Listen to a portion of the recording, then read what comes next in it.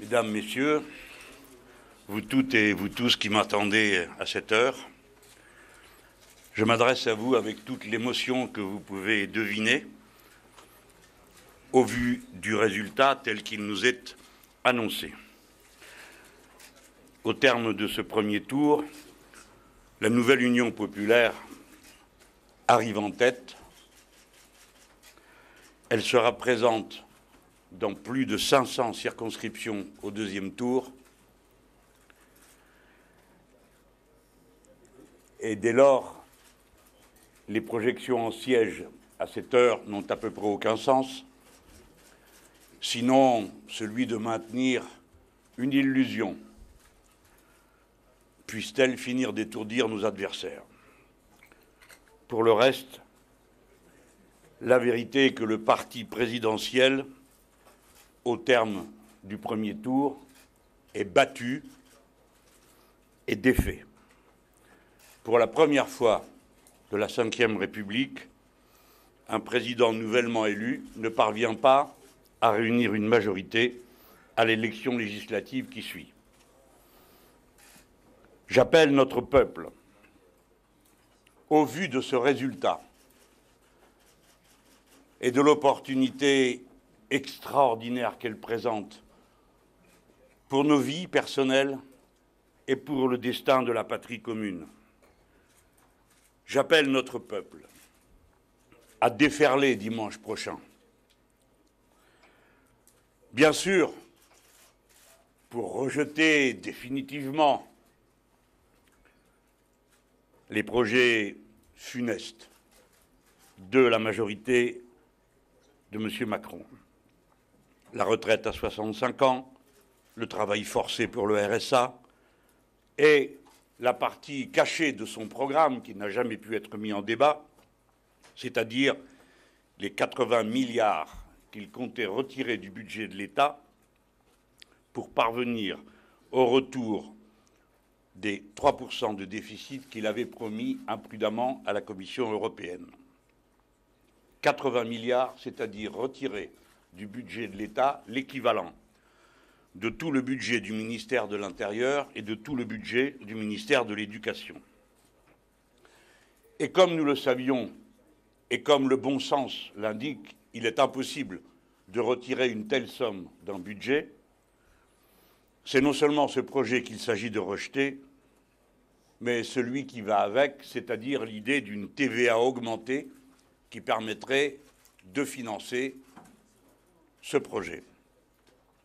Alors, bien sûr, il s'agit de rejeter, d'écarter. Mais peut-être plus important est le fait qu'en déferlant, en se mobilisant toutes et toutes, et d'abord dans la jeunesse, à qui le futur appartient, et d'abord dans tous les milieux populaires si durement éprouvés par les 30 années de néolibéralisme qui se sont abattus sur lui. Déferlez avec vos bulletins de vote pour ouvrir tout grand la porte du futur pour lequel se sont mobilisées tant de générations avant la nôtre. Ce futur d'harmonie entre les êtres humains, débarrassés des dominations sociales, culturelles, de genre. Un futur d'harmonie entre les êtres humains et avec la nature. Je crois que c'est sans doute cette page-là que vous avez voulu écrire en votant comme vous l'avez fait, vous autres qui avez placé la nouvelle Union populaire, écologique et sociale en tête. Mais si vous le décidez, alors oui, dans 10 jours, les prix seront bloqués. Le SMIC sera augmenté à 1 500 € et l'indice des fonctionnaires sera augmenté.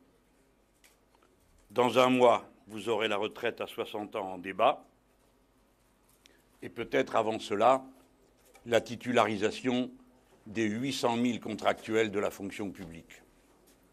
Je ne cite que cela,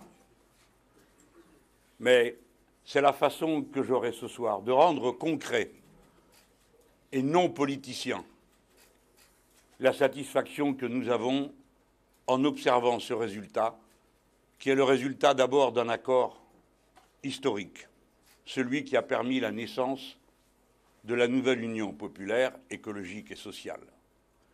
Qu'en soient remerciés tous, sans exception, qui ont rendu possible cet accord et qui a fini par faire comprendre à notre peuple que nous étions prêts à gouverner avec un programme et avec une unité qui ne s'est démentie à aucun moment, quelles qu'aient été les tentatives faites pour la briser depuis qu'elle s'est constituée.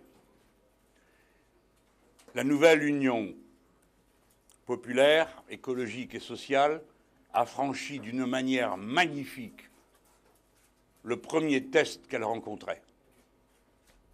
Mener campagne ensemble, au coude à coude, et convaincre. Car en démocratie, tout se finit par là. Il faut convaincre. Nous avons beaucoup convaincu. Il reste maintenant à faire l'autre partie du chemin. Chacun appréciera dans sa circonscription quel est son devoir. En républicain, en démocrate, et saura quoi faire de son bulletin de vote. Nous n'avons aucun doute sur l'intelligence de notre peuple, ni aucune réserve à l'égard de la décision que, pour finir, il prendra quant à la composition de l'Assemblée nationale.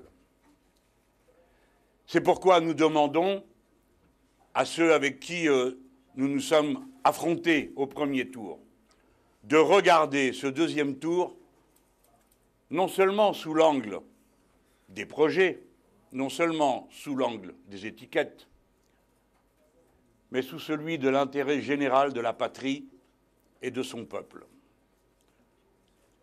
En lançant cet appel déferlé, décidé par vous-même, je suis certain d'être entendu par des millions de gens qui, jusque-là peut-être, n'avaient même pas imaginé qu'au deuxième tour, ils auraient à prendre une décision comme celle qui se présente à eux dans 500 circonscriptions. La nouvelle Union populaire, écologique et sociale est fière d'avoir rendu possible son programme. Elle est fière de l'œuvre accomplie. Elle regarde le peuple français avec la tranquillité du travail accompli et d'une perspective radieuse qui se présente à lui. Vive la République, vive la France.